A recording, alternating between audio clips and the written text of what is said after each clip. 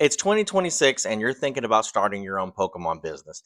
You see all the YouTube videos, you see all the TikToks, everyone's making money, people are getting rich, $1.1 million in sales a month. Everyone on YouTube does a six-figure business. So, you want to start your own Pokemon business. If you're new here, my name is Dalton, and like I told you guys last time, I was going to write an actual script, so here it is. Hi, I'm Dalton. I run a six-figure Pokemon business and my goal is to turn it into $1 million company. Thanks for hanging out. Let's jump in. But all jokes aside, thinking about starting your Pokemon business, that idea of crossing in your head sounds awesome and it sounds cool. And I get it. Trust me, I get it. I started a Pokemon business for a reason. If you were to come up to me on the streets of DFW and say, hey, DT, I want to start my own Pokemon business, should I? What I would say is yes, yes, and maybe. And then I would have attach a plan to that. So when I say yes, yes, maybe, what do I mean? First and foremost, you have to set a very realistic expectation for what your Pokemon business is going to turn into. You have to have the right expectation. There's a lot more competition now. It's going to take a lot more work to get into like not necessarily the groove of things, but coming into like building momentum, right? I'm very big on how you can build a business on momentum and how important momentum is for building a business. It's a lot of work. I cannot stress that enough. It sounds so much fun working from home and making YouTube videos and all that kind of stuff. It is a tremendous amount of work. The other yes is, are you a marathon runner instead of a sprinter? When I was a lot younger in life, someone said that to me one time, and it's always stuck in because I have a very, even now, I have a hard time of being a sprinter at things. Like if I kind of get on my, oh, I'm gonna do this, I'm gonna do that, I'm gonna do this, I'm gonna do that.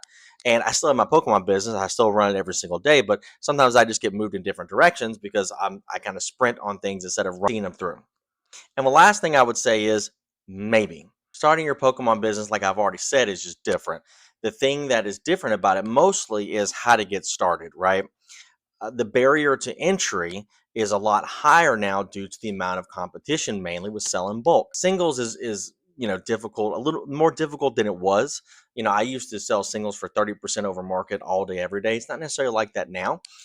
But bulk, it's the easiest and it's the most difficult. It's the easiest thing to get started on because you buy a collection, 1,000 cards. I don't know what the price is these days. I haven't bought bulk in so long, but you buy 1,000 cards for half a penny and you list them all, and it's not that easy anymore, right?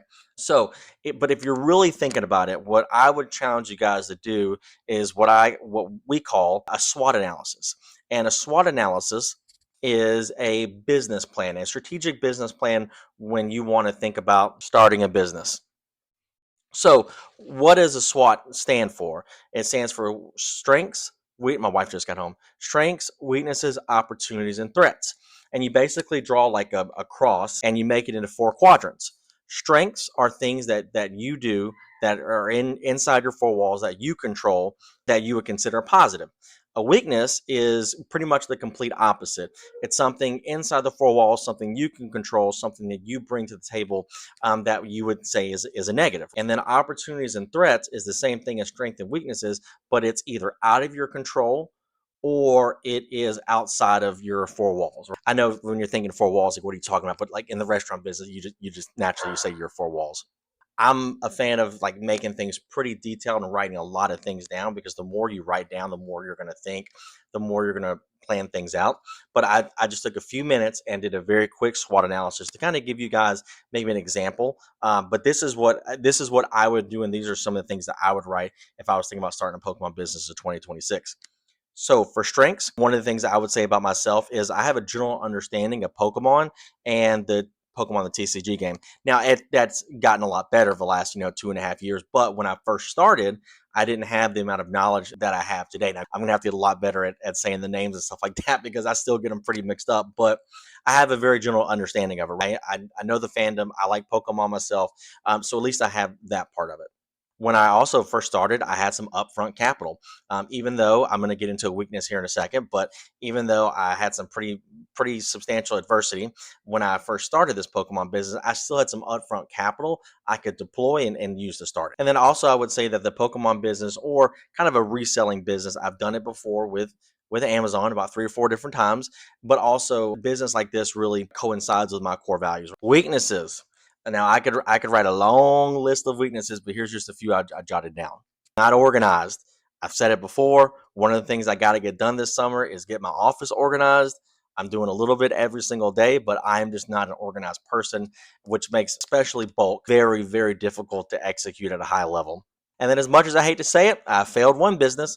I lost 5 figures on a Amazon FBA business before I started this business. So that was definitely like in the back of my mind when I started this, and also when I talked about going full time with this with my wife. And then lastly, working from home has its own set of challenges. You have to be hyper disciplined, hyper motivated. There is a lot of distraction working from home, and it sounds great, but I would say that's definitely a weakness at times. Opportunities. So, opportunities are something that you cannot control, that are outside your four walls, that you can utilize as a benefit for your business. First and foremost, probably the biggest one is its fact that it's been a bull market pretty much ever since I got probably like 6 months ahead of the craziness, but we've been in a bull market for an extended period of time now, which obviously we know being in a bull market is very advantageous for a seller. And then since let's just say if I was starting now, since it's the summertime and you have about 6 months left in the year, you can start during a slow period and build up momentum as you're going into the fourth quarter of the year, which is the most important quarter of the year. And then last but not least, I would say the 30th anniversary. Now it is kind of similar to what I said with hype, but with the 30th anniversary, I mean it's good, but it has some threats to go along with it. Which, speaking of threats, there is a lot of uncertainty in the market. We know that there is a bull market, but eventually it's going to have to end.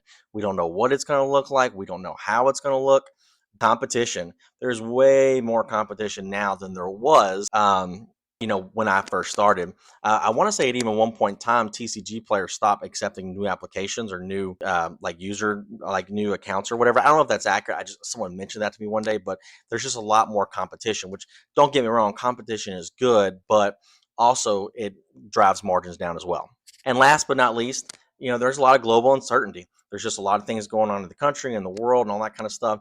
And that can make people hesitant to buy. Now, studies show that when economic times get difficult, people, they sacrifice other things before they start to sacrifice their disposable income. However, it's still something that is out of my control that I could definitely see as a threat to the business. So, in a nutshell, guys, that is a SWOT analysis. But before you really get into something, because again, the thought of starting your own Pokemon business, it sounds fun and it is fun, don't get me wrong, but there's just a lot of challenges that go into it. And if you're like me, yes, I'm just going to run into something and I'm just going to go head first, but it doesn't mean I don't want to be really successful at it. So, again, guys, make your SWOT analysis, make it detailed, write some great notes, reach out to me if you have any questions. And that's all I got for you guys today. DT's Cool Cards out. Check out my pro seller site.